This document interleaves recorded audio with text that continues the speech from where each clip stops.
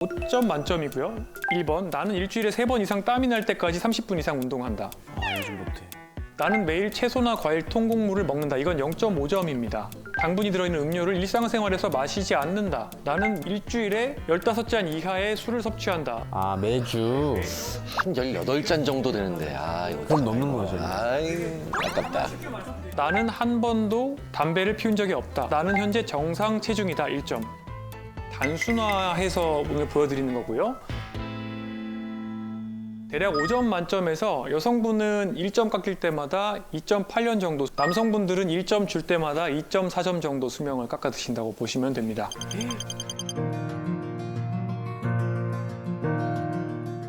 우와. 저는 5점이에요. 재수 없죠. 어머. 와. 근데 저의 체지방률은 15% 미만입니다. 재수 없으니까 그만하겠습니다. 그래서 제가 앞서 말씀드렸던 가속노화의 악순환이죠. 저도 경험했던 겁니다. 어디서부터 시작이 어딥니까? 그러니까 어디가 시작이야 이게? 제가 노란색으로 표시한 것들은 사람과 동물에서 노화 속도를 빠르게 만들 수 있다고 어느 정도 알려진 것들이고요. 여기 계신 분들의 몸속에 노화의 시계가 가고 있는데 자기계발서에서 4시간 반만 자고 열심히 일하라고 그랬잖아요. 4시간 반을 자게 되면 스트레스 호르몬이 엄청나게 많은 양이 분비가 되게 되고 그러게 되면 뇌 기능이 떨어지고요. 전두엽 기능이 떨어져서 판단력이 떨어집니다. 더 맛있는 게 땡기게 되고 술도 땡기게 됩니다. 쇼폼도 땡기게 되고요. 그리고 쾌락이 당기게 되니까 음주와 흡연을 할 가능성이 높아지게 되고요. 이 모든 것들이 결국에 나를 더 몰아붙이면 또 잠을 더 주지게 됩니다. 여기까지는 이제 뇌 쪽이에요.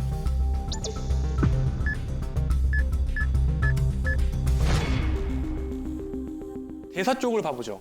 단순당과 정제국물이 잔뜩 들어있는 가속노화 식사를 하시게 되면 근육은 빠지고요.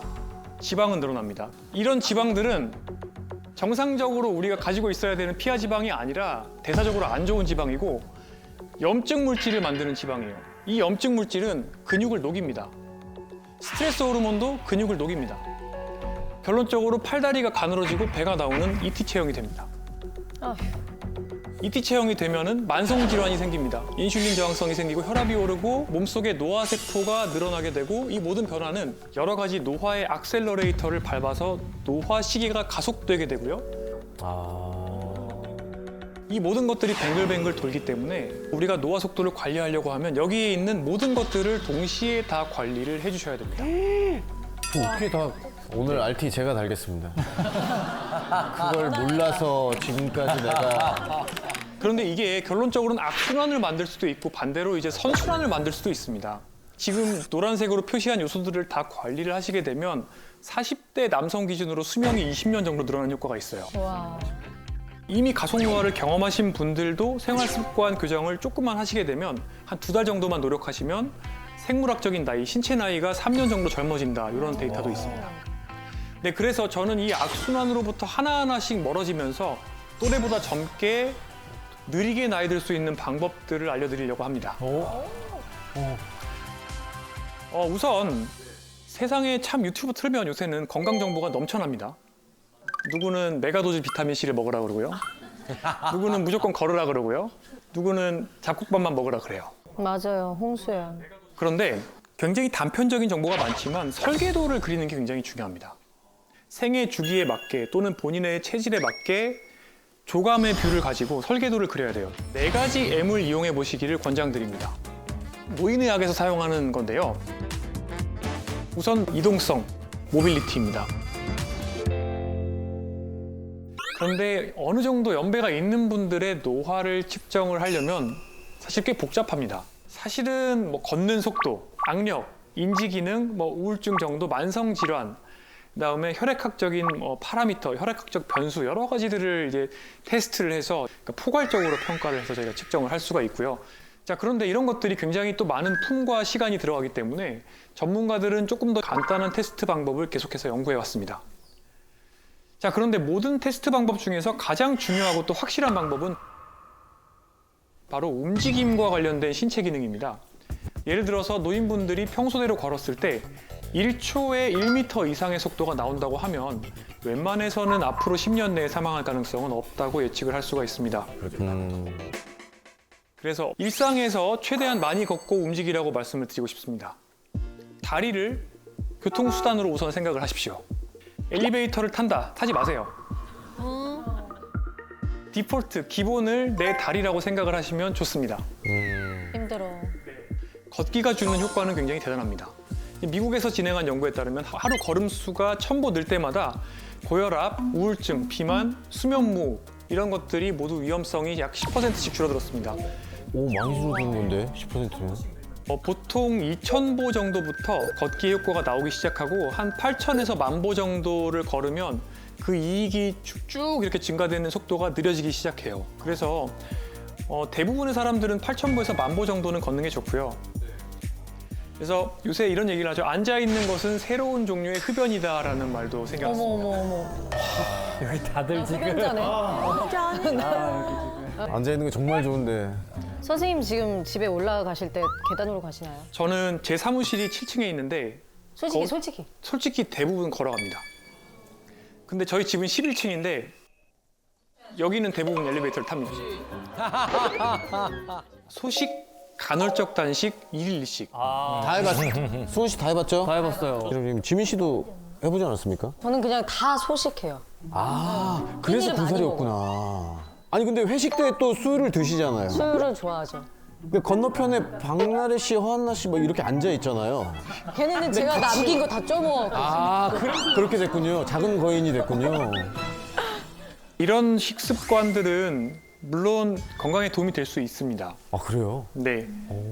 2030 조금 더 넓혀서는 한 4050 어느 정도 몸에 에너지가 충분한 분들한테는 굉장히 도움이 될 수 있습니다. 제 병원을 찾아오셨던 50대 A씨가 있습니다. 비교적 이제 사업도 성공하신 분이고 또 자기 관리를 철저하게 정말 잘하시는 걸 또 장점으로 내세우는 분이죠. 그분의 식단입니까? 네, 그분의 식단입니다. 좋아 보이죠? 별 문제 없어 보이죠? 근데 이제 건강검진을 하셨어요. 마른 비만입니다. 체지방률이 굉장히 높아요. 거기다가 골다공증이 나왔고 당뇨병 전 단계에다가 고지혈증, 지방간. 다들 웅성웅성 하시는데요. 네. 식단 나오자마자. 총 열량을 계산을 해봤거든요. 그랬더니 기초대사량 정도를 드시고 있는 거예요. 어떻게 보면 약간의 기아 상태를 만들고 있는 상황이었고요. 우선 PT도 하시고 걷기도 하시고 그런데도 이제 또 대사증후군이 생기니까 너무너무 억울해하셨는데요. 그러니까요. 하나하나 따지고 보면 왜 A씨가 만성질환이 생기고 또 마른 비만이 생겼는지 좀 알 수가 있습니다. 일단 바나나, 단순당이 많이 들어있어요. 네, 탄수화물이죠. 요거트에도 들어있습니다. 그리고 정제국물이죠. 시리얼.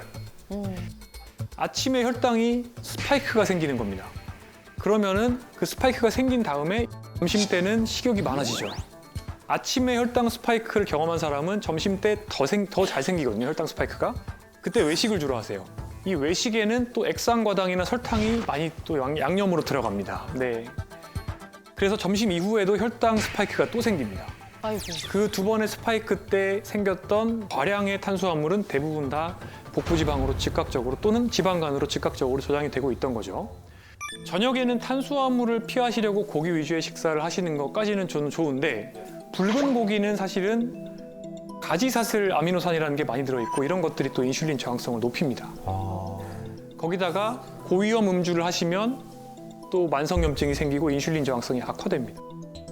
네, 그리고 술 드시면 배고프거든요. 그래서 자기 전에 과일을 드시는데 이 과일도 역시 탄수화물이라서 다시 또 체지방으로 쌓이는 거죠. 결론적으로 이제 A씨는 굉장히 밖에서 봤을 때는 우아한 겉모습을 가지고 계시지만 이제 지방이 배와 간에 쌓이고 또 근육은 빠지는 몸으로 이제 본인의 식단을 이제 만들고 가시는 거죠. 자, 그래서 일단 저는 설득을 해서 안 됩니다. 골다공증 약 드셔야 되고요. 당뇨약도 드시는 게 좋겠습니다.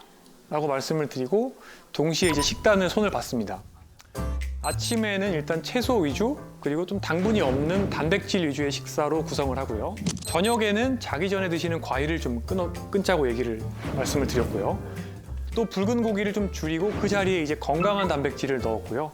음주량은 한 번에 최대 와인 2잔 정도로 줄여보자고 약속을 했습니다. 점심은 외식 계속 하십니까? 네, 그래도 점심은 어쩔 수 없을 건데요. 근데 사실은 제가 처방한 당뇨약이 탄수화물의 흡수 속도를 굉장히 느리게 만드는 약이어서 혈당 스파이크를 제어를 할 수 있게 되었죠. 또 정작 이제 놓치고 있던 게 열량을 제한을 하셨는데 열량 자체는 좀 더 늘리셔야 됩니다라고 말씀을 드렸습니다. 근데 여기서 이제 나오는 질문이 있죠. 열량을 더 늘리면 어떡하냐? 네, 너무 적게 먹으면 우리 몸이 들어오는 거를 그대로 다 지방으로 저장하려는 그런 경향성이 생깁니다.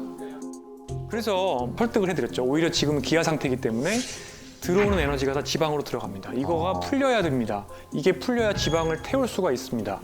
설명을 드렸죠. 3개월 뒤에 어떻게 되었냐? 지방은 500g 빠졌습니다. 오히려 근육은 늘어났고요. 6개월 뒤에 혈당 범위도 정상으로 회복이 됐습니다. 와. 네, 점점 이제 당뇨약도 줄여나갈 수 있게 되는 거죠. 체성분이 바뀌고 몸의 대사적인 특성이 바뀌게 되면서요. 그래서 저는 일단은 60이 넘으시면 웬만하면 고도 비만이 아니고는 살을 빼지 말라고 말씀을 드립니다. 지방도 굉장히 중요한 대사 기관이에요. 지방이 없으면은 인슐린 저항성이 굉장히 심해집니다. 그래서 저는 이분들에게는 단순당이나 정제 곡물을 오히려 저는 많이 드실 거를 교육을 하고 있습니다. 이런 것들이라도 드셔서 지방과 근육을 늘리셔야지 결국에는 일상생활 삶의 질도 좋아지고 오히려 질병도 개선된다라고 말씀드린 극단적인 경우도 있는 거죠.